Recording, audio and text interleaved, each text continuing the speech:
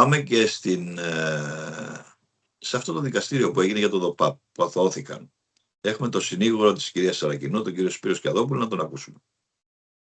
Η απόφαση του τριμελούς ποινικού εφετείου κακουργημάτων Κέρκυρας, με την οποία αθώθηκε ο πρώην πρόεδρος του ΔΟΠΑΠ κ. Πανδής, αποτελεί μια πάρα πολύ σημαντική απόφαση.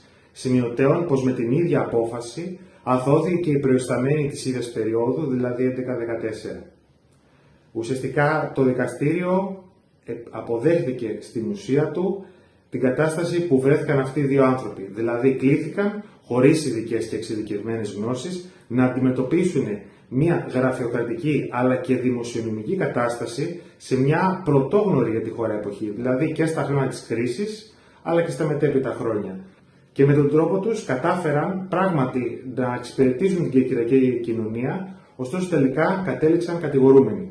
Η απόφαση αποτελεί μια πάρα πολύ θετική εξέλιξη, η οποία βέβαια ήρθε 10 χρόνια μετά, το οποίο και αυτό είναι ένα ελέγξιμο ζήτημα. Ωστόσο, δεν έχουν ξεμπερδέψει πλήρως με όλη τη διαδικασία, καθώς εκκρεμεί και ενώπιον του Ελεγκτικού Συνεδρίου σχετικές κατολογιστικές πράξεις, τις οποίες έχουν προσβάλει και θεωρούμε ότι θα δικαιωθούν και εκεί. Ωστόσο, βρισκόμαστε στην περίεργη περίπτωση κάποιος να τηρεί απαρέγκλιτα τον νόμο, να προσπαθεί να διαχειριστεί το δημόσιο χρήμα με τον καλύτερο δυνατό τρόπο και τελικά να σέρνεται στις δικαστικές αίθουσες για πάρα πολλά χρόνια. Σε κάθε περίπτωση θεωρούμε ότι είναι μια πάρα πολύ πρώτη θετική εξέλιξη και θα ακολουθήσουν κι άλλες.